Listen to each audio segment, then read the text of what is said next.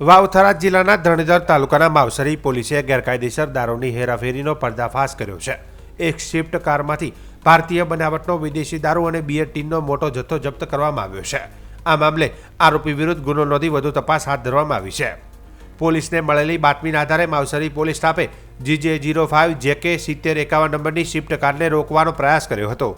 જોકે વાહન ચાલક કાર છોડીને સ્થળ પરથી નાસી છૂટ્યો હતો।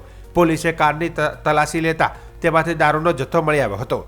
જપ્ત કરાયેલા મુદ્દામાલમાં કુલ 408 બોટલ ભારતીય બનાવટનો વિદેશી દારૂ અને બિયર ટીનનો સમાવેશ થાય છે, જેની અંદાજિત કિંમત ₹1,15,44 છે। આ ઉપરાંત દારૂની હેરાફેરીમાં વપરાયેલી સ્વિફ્ટ કારની કિંમત ₹1,30,000 આંકવામાં આવી છે।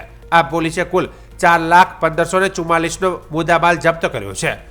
પોલીસે જણાવ્યું છે કે આ સ્વિફ્ટ કારનો ઉપયોગ ગેરકાયદેસર દારૂના પરિવહન માટે થતો હતો। ફરાર આરોપીઓને ઝડપી પાડવા માટે પોલીસે સઘન તપાસ શરૂ કરી છે અને આસપાસના વિસ્તારોમાં દારૂની હેરાફેરી રોકવા માટે કાર્યવાહી હાથ ધરી છે।